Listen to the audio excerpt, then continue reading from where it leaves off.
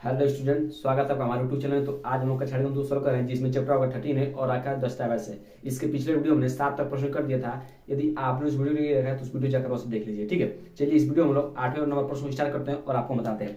आपका 8वां प्रश्न बहुत आसान है, बस आप ध्यान देंगे सब समझ आएगा। कह रहा है कि एक वृत्त की एक जीवा की लंबाई उसकी त्रिज्या के बराबर है। मतलब कोई एक वृत्त है, आपको बना के दिखा दे रहा हूं।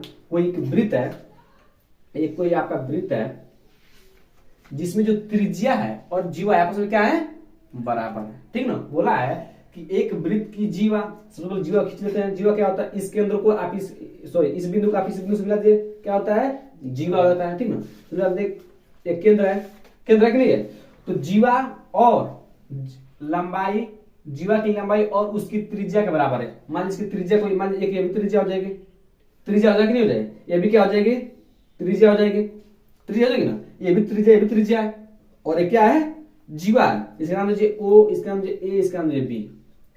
कॉन्सेप्ट को समझिएगा एक बार और। कह रहा है कि एक वृत्त की एक जीवा ए भी एक जीवा हो गया, ठीक है। जीवा की लंबाई उसकी त्रिज्या, मतलब इसकी त्रिज्या क्या है, बराबर है। तो त्रिज्या ए भी एक, ओ ए भी त्रिज्या और ओ भी त्रिज्या है, तो जानते हैं। मान लीजिए आपका एक वृत्त है, तो ये क्या है, त्रिज्या है। इसके अंदर किस पर दिशा क्या हो गया, त्रिज्या।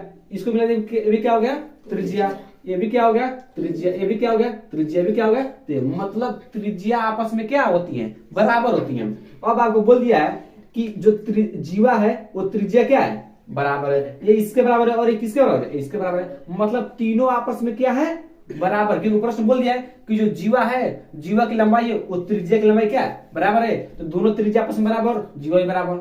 अब आपको हमने एक बात बताया था पिछले वीडियो में कि जिस त्रिभुज में तीनों भुजाएं आपस में बराबर होती हैं, ध्यान समझिएगा, किसी भी त्रिभुज में तीनों भुजाएं आपस में बराबर होती हैं तो उसे कौन सा त्रिभुज बोलते हैं, समबाहु त्रिभुज। बताया था ना आपको कि ऐसा त्रिभुज जिसके तीनों भुजाएं के आपस में बराबर, उसे क्या बोलते हैं, समबाहु त्रिभुज। और समबाहु त्रिभुज के प्रत्येक कोण कितने होते हैं, 60 अंश होते हैं। ये भी कितना होगा, 60 अंश। ये भी कितना होगा, 60 अंश। ये भी कितना होगा, 60 अंश। 60 अंश हो जाएंगे। अब इन तीनों जोड़ों 180 हो जाएगा।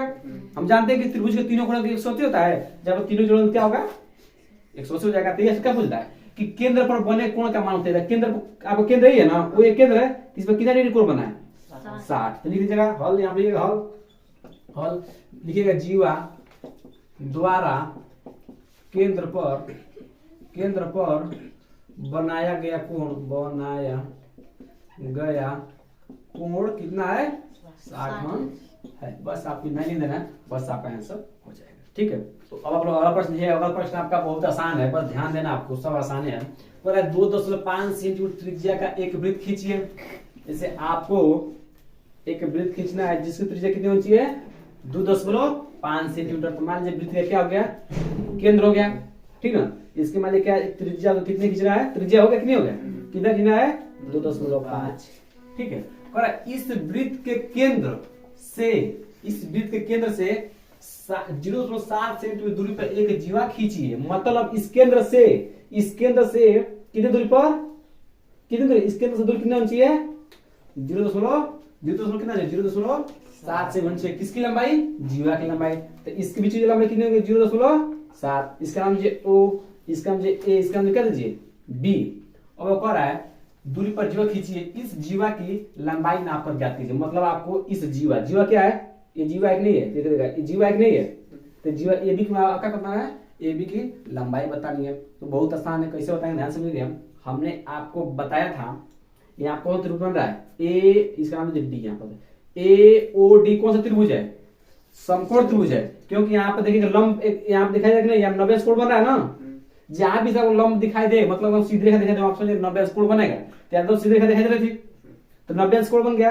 तो कौन त्रिभुज हो गया, समकोण त्रिभुज। और समकोण त्रिभुज का एक नियम होता है, बताए थे, एक सूत्र लगता है उसमें कि जब दो भुजा दी रहती है, समकोण त्रिभुज में जब कोई दो भुजा दी रहती है आपको और तीसरा भुजा निकालना होता है, तो हमको समझ लगाते हैं, पाइथागोरस प्रमेय लगाते हैं। ये पाइथागोरस प्रमेय किसमें लगता है, समकोण त्रिभुज में लगता है। ये नहीं कोण त्रिभुज लगा दिए, ठीक ना, बस समकोण त्रिभुज लगेगा, ठीक है। तो लिखिएगा आप हल, लिखिएगा त्रिभुज का साइन है, सब जानते हैं त्रिभुज का साइन है। त्रिभुज ए ओ डी में पाइथागोरस प्रमेय से पाइथागोरस प्रमेय से, ठीक ना।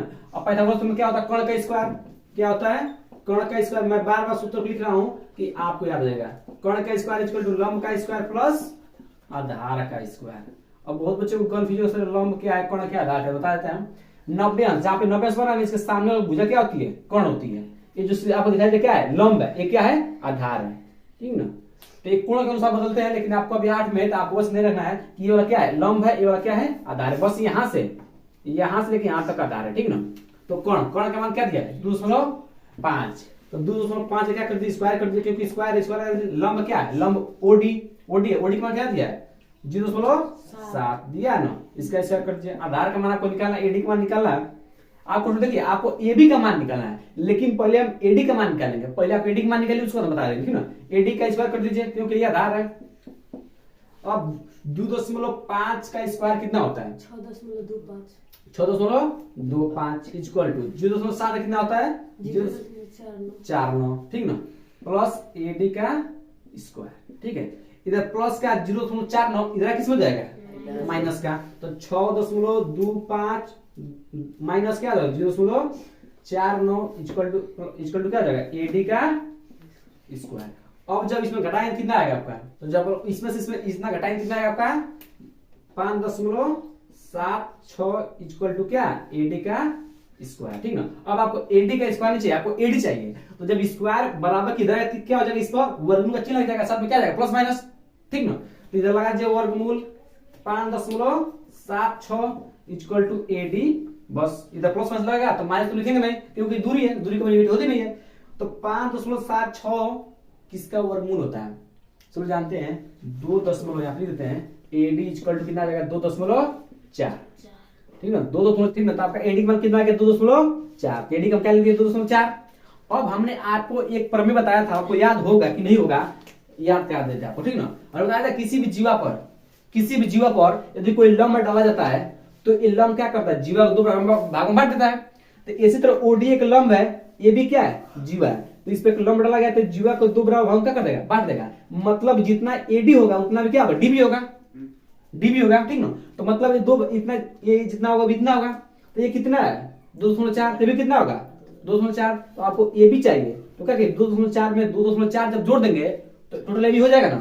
तो जोड़ेंगे कितना आएगा, ए भी जोड़ कितना जाएगा, 2 कितना हो जाएगा, 4.8। ये क्या आ जाएगा, सेंटीमीटर आप लिख दीजिएगा, ये क्या हो जाएगा, आंसर हो जाएगा। ये भी क्या है, यहाँ पर व्यास है, व्यास की लंबाई आपसे पूछ रहा था, सॉरी जीवा क्या है, ये भी क्या है, यहाँ पर जीवा है, और आपकी जीवा की लंबाई क्या पूछ रहा था, ठीक है। तो अब आप लोग अगला प्रश्न देखिएगा, 10 नंबर प्रश्न है। 10 नंबर प्रश्न का बहुत आसान, ध्यान समझिए। कह रहा है कि 3 सेंटीमीटर त्रिज्या का एक वृत्त खींचिए। कितने सेंटीमीटर खींचना है, 3 सेंटीमीटर का। तो चलिए हम खींच लेते हैं। तो पहले एक वृत्त बनाइए जिसकी त्रिज्या कितनी चाहिए, 3 सेमी। तो क्या है, केंद्र है, केंद्र है। तो ये आपको क्या हो गया, त्रिज्या हो गया। केंद्र से आपका क्या हो गया, त्रिज्या कितने सेंटीमीटर का, 3 सेंटीमीटर, ठीक है ना। अब कह रहा है इस वृत्त की 2 जीवाएं ए बी और सी डी। इसी वृत्त में कितने जीवाएं हैं, 2 जीवाएं ए बी। तो चलिए इस एक बिंदु को यहां लीजिए, इन दोनों को मिला क्या हो जाएगा, हमारा जीवा आता है, सबको पता है। जीवा के ए बी और सी डी, इसका नाम क्या, ए इसका नाम क्या है, बी, और एक सी डी। ए बी तो खींच लिया, सी डी ऊपर कहीं खींच लीजिए, यहाँ को खींच लीजिए सी डी, ठीक ना। आप कहीं भी खींच सकते हैं, चाहे आप इस तरफ खींच लीजिए, इस तरफ खींचिए, ठीक ना। सी डी इधर जीवा होगा, ए बी और सी डी खींचिए जिसमें ए बी बराबर सी डी। मतलब जितना ए बी होगा उतना क्या होगा, सी डी होगा। तो ए बी बराबर सी डी कितना दिया है, 3 सेंटीमीटर। ये भी 3 सेंटीमीटर, ये भी कितना होगा, 3 सेंटीमीटर। अब सर जी हल तो थोड़ा बड़ा की दे, छोटा। तो आप जब वृत्त बनाएंगे लंगड़ा पड़ा हिसाब से, तो आपका वही जितना इसका होगा उतना ही होगा, ठीक है ना। तो ये भी 3 सेंटीमीटर, कितना 3 सेंटीमीटर। आपको आ रहा है कि प्रत्येक जीवा द्वारा केंद्र पर बने कोण, प्रत्येक जीवा द्वारा, इसको इससे मिला दीजिए, इसको इससे मिला दीजिए, और इसको इससे मिला दीजिए। बस कह रहा है कि प्रत्येक जीवा द्वारा केंद्र पर बने कोण को नापिए। कोण का क्या करना है, नापना है।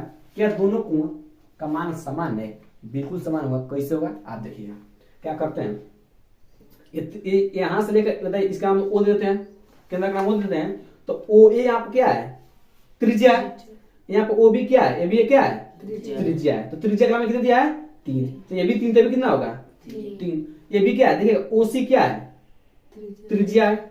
ओडी क्या है, त्रिज्या है। त्रिज्या कितना दिया है, 3 सेंटीमीटर। कितना होगा, 3 सेंटीमीटर। आपको पता है ना सब क्या है, ओडी त्रिज्या है, ओसी त्रिज्या है, सबको पता है ना कि एक वृत्त है, वृत्त का केंद्र ओ है, ये भी क्या है, त्रिज्या। ये भी क्या है, त्रिज्या। भी क्या है, त्रिज्या। ये भी क्या है, त्रिज्या। ये भी क्या है, त्रिज्या। पता है ना, तो ये सब क्या होगा, त्रिज्या। त्रिज्या की लंबाई कितनी दी है, 3 सेंटीमीटर, और जीवा की लंबाई कितनी दी है, 3 सेंटीमीटर। तभी मैंने पिछले प्रश्न बताया था अभी आपको, ये देखिएगा, ये भी 3 सेंटीमीटर, ये भी 3 सेंटीमीटर, ये भी 3 सेंटीमीटर। ये जो त्रिभुज ए ओ बी में ध्यान देगा, त्रिभुज ए ओ बी में ध्यान देगा, तीनों भुजाएं बराबर है कि नहीं बराबर है, ए ओ बी में तीनों भुजाएं बराबर है कि नहीं बराबर है, तो जिस त्रिभुज के तीनों भुजाएं आपस में बराबर होते हैं कौन सा त्रिभुज बोलते हैं, समबाहु त्रिभुज। समबाहु त्रिभुज बोलते हैं ना। तो जब समबाहु त्रिभुज के प्रत्येक कोण कितने होते हैं, 60 अंश। बताया था ना, ये भी कितना होगा, 60। ये भी कितना होगा, ये भी कितना होगा, 60। यहाँ तक किसी दिक्कत है, समबाहु त्रिभुज के प्रत्येक कोण कितने होते हैं, 60 अंश। अब बताइएगा, अब देखिए ये तो हो गया ये ओ बी। अब देखिएगा सी ओ डी, देखिएगा इसका नाम सी ओ डी, त्रिभुज सी ओ डी। आप इसको नाम डी ओ सी भी दे सकते हैं, ठीक है, तो नाम दे सकते हैं। सी ओ डी एक त्रिभुज बन रहा है कि नहीं बन रहा है, मार्का चाहे ध्यान देखिएगा, ये एक त्रिभुज बन रहा है कि नहीं बन रहा है, तो इसके भी तीनों भुजाएं बराबर नहीं बराबर है, ये भी 3 सेंटीमीटर, ये भी 3 सेंटीमीटर, ये भी 3 सेंटीमीटर है, तो ये भी कौन सा त्रिभुज हुआ, समबाहु त्रिभुज। और समबाहु त्रिभुज प्रत्येक कोण कितना हो गया, 60 अंश। तो यहाँ कुछ तक कितना कोण बनेगा, ये भी कितना बनेगा, ये भी कितना बनेगा, 60। मतलब अब प्रत्येक कोण तो पता है। अब क्या पूछ रहा है, क्या अब कह रहा है कि प्रत्येक जीवा केंद्र पर बने कोण का नापिए, केंद्रहीन है, इस कोण पर कितना है, यहाँ भी 60 बन रहा है, यहाँ कितना बन रहा है, 60। क्या दोनों कोण के मान समान है, क्या दोनों कोण के मान समान है, केंद्र पर जो दोनों कोण बने हैं वो क्या दोनों समान है, बिल्कुल समान है। ये भी 60 अंश बन रहा है, ये भी 60 अंश बन रहा है, तो लिखिएगा हाँ, बस लिख दीजिएगा हाँ, क्या लीजिएगा, हाँ हाँ हाँ लिख दीजिएगा हाँ। प्रत्येक जीवा द्वारा